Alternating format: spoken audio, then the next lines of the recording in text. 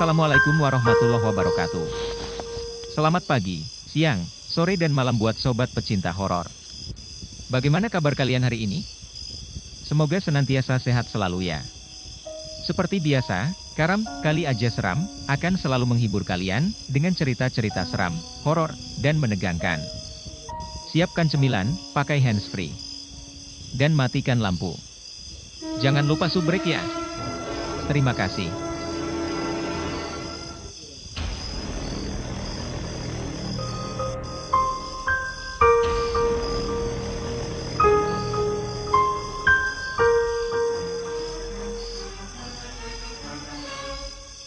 Lumpuh usai disantet madu suami. Sambil dipapah Rina anak bungsunya, Astini berjalan terlatih menuju kamar mandi. Sebuah tongkat besi tergenggam erat di tangan kanannya, sebagai penopang tubuh. Kedua kakinya yang lumpuh, memang memaksa perempuan parubaya ini untuk menggunakan tongkat sebagai alat bantu jalan. Entah sudah berapa tahun Astini lumpuh. Perempuan ini mengaku sudah lupa. Yang pasti dia mulai tidak bisa lagi bangkit dari tempat tidur, saat Rina masih berusia 10 tahun. Dan sekarang umur Rina sudah hampir 25 tahun. Bahkan gadis ini juga sudah berencana melepas masa lajangnya awal tahun depan. Astini sendiri mengaku bahagia karena Rina akan segera memulai kehidupan yang baru bersama suaminya kelak. Namun, di lain sisi dia juga sedih. Sebab dengan kondisi yang dialaminya saat ini, tentu hal itu akan menambah beban berat bagi Rina, yang tentu juga harus mengurus suami dan anak-anaknya kelak. Karena itulah, bila memikirkan hal itu, hatinya terasa seperti disayat-sayat. Air matanya akan langsung meleleh membasahi pipi, karena tak kuasa menahan kesedihan. Dan menurut Astini, semua ini adalah akibat dari ulah Sunyoto almarhum suaminya, yang diduga telah mencelakai dirinya dengan mengirimkan santet hingga dia lumpuh. Astini mengisahkan bahwa hubungan antara dirinya dan mendiang suaminya baik-baik saja. Jalinan rumah tangga mereka benar-benar harmonis, hingga dikaruniai 3 orang anak. Yang pertama bernama Randy, dan sekarang bekerja di sebuah bank swasta di Jakarta. Lalu yang kedua Ricky, yang juga merantau ke Bandung karena ikut membantu pamannya yang memiliki usaha di sana. Dan yang ketiga Rina, yang lebih memilih membuka usaha berjualan pulsa di rumah. Kalau saya bekerja di luar, kasihan ibu. Nanti tidak ada yang merawatnya. Lawong kakak-kakak saya sudah tidak tinggal di sini lagi, ujar Rina. Menurut Astini, malapetaka yang menimpa dirinya bermula dari perkenalan almarhum suaminya dengan seorang ledek penari tayub dalam acara bersih desa di wilayah Balakan. Kebetulan saat itu dia dan Sunyoto sedang pergi ke rumah saudaranya di desa tersebut, yang bersamaan dengan gelaran acara bersih desa. Dan sebagaimana umumnya acara bersih desa di wilayah Kabupaten Sukoharjo, pertunjukan tari tayub menjadi sajian utama yang wajib ditampilkan sebagai syarat ritual. Karena umumnya warga meyakini bahwa danyang desa tempat tinggal mereka, menyukai jenis kesenian yang satu ini. Sehingga demi senantiasa terlimpahkannya berkah untuk seluruh warga desa, maka tiap penyelenggaraan bersih desa kesenian tayub selalu ditampilkan. Pun demikian dengan acara yang digelar di akhir bulan Suro di wilayah Balakan tersebut. Dari pagi alunan suara gamelan yang mengiringi gerakan gemulai para penari tayub sudah berkumandang. Warga desa mulai berbondong-bondong datang ke punden desa setempat untuk menjalankan ritual. Mereka umumnya membawa sesaji bunga dan beberapa jenis makanan, sebagaimana yang disyaratkan para leluhur lewat juru kunci. Pun demikian dengan Sunyoto, usai mengantar Astini ke rumah saudaranya, dia pamit untuk pergi ke komplek punden. bukan untuk ritual, melainkan untuk menyaksikan gerakan gemulai para penari tayub yang menawan. Menyaksikan aksi para penari tayub, Sunyoto kembali teringat ke masa mudanya. Dulu dia kerap maju ke tengah arena pertunjukan untuk ikut menari bersama.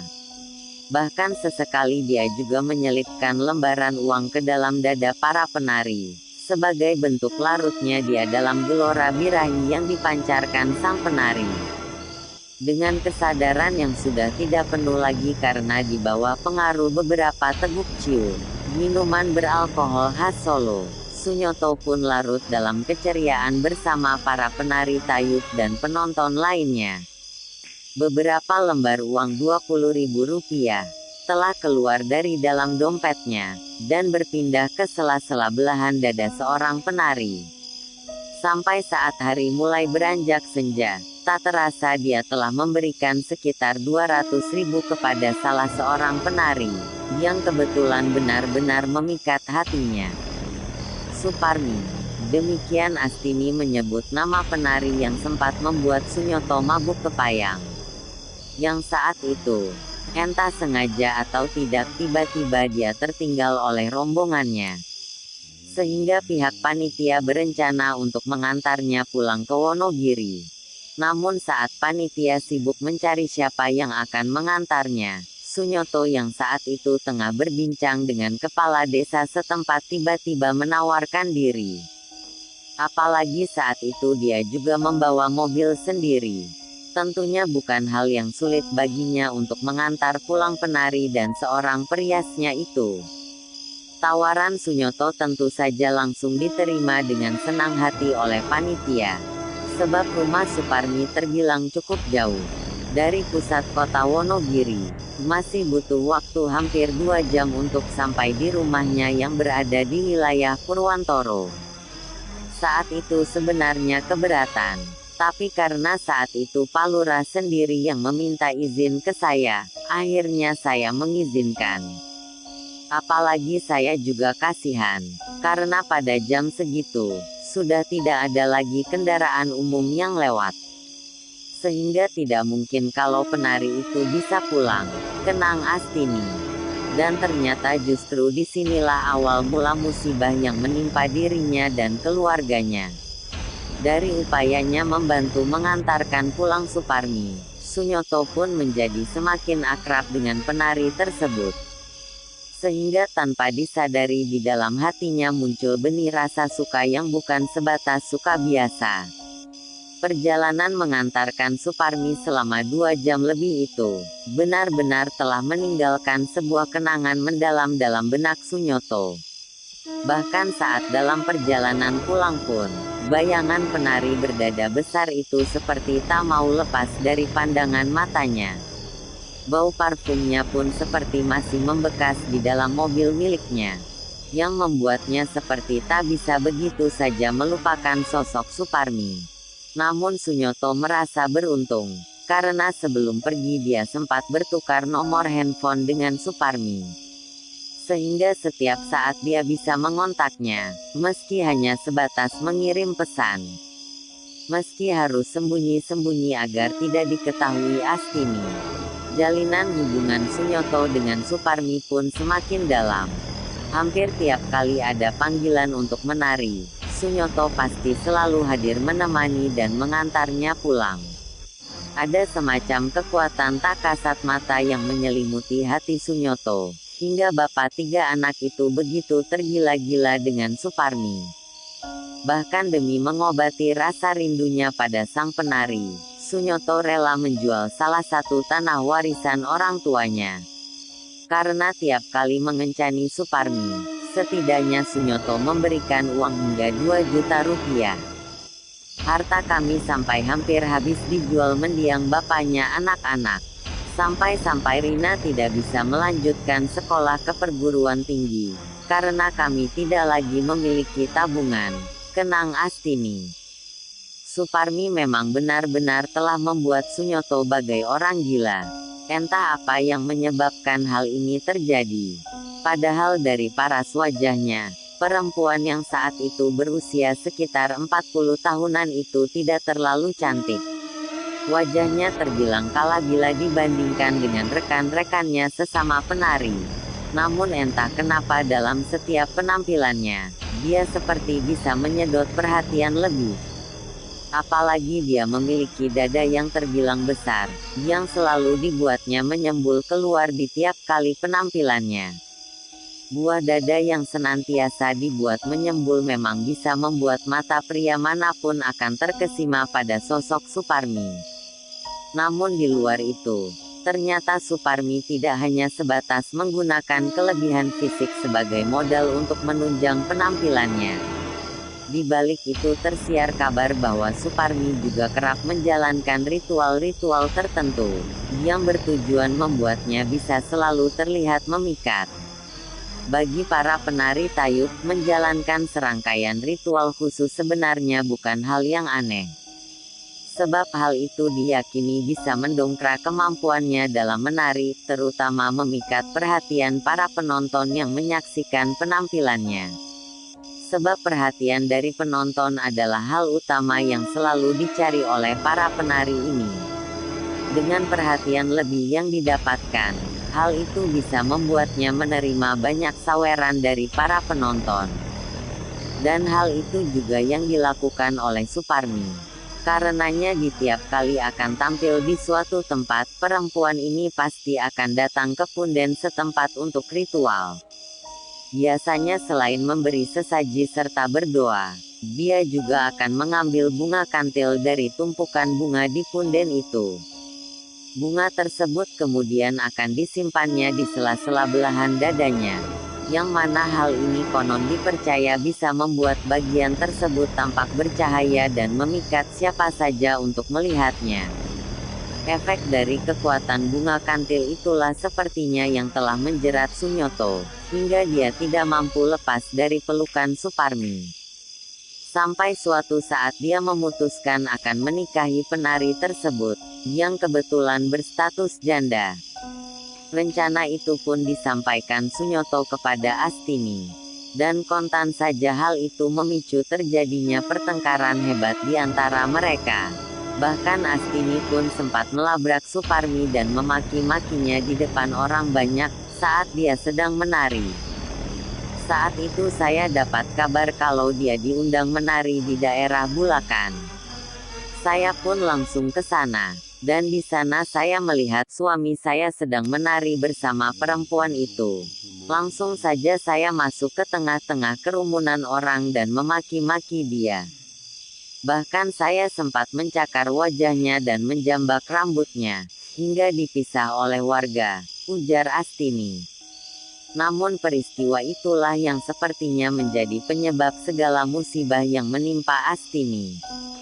Sebab setelah kejadian tersebut, pada malam harinya Astini bermimpi didatangi oleh seorang perempuan tua yang wajahnya sangat menyeramkan.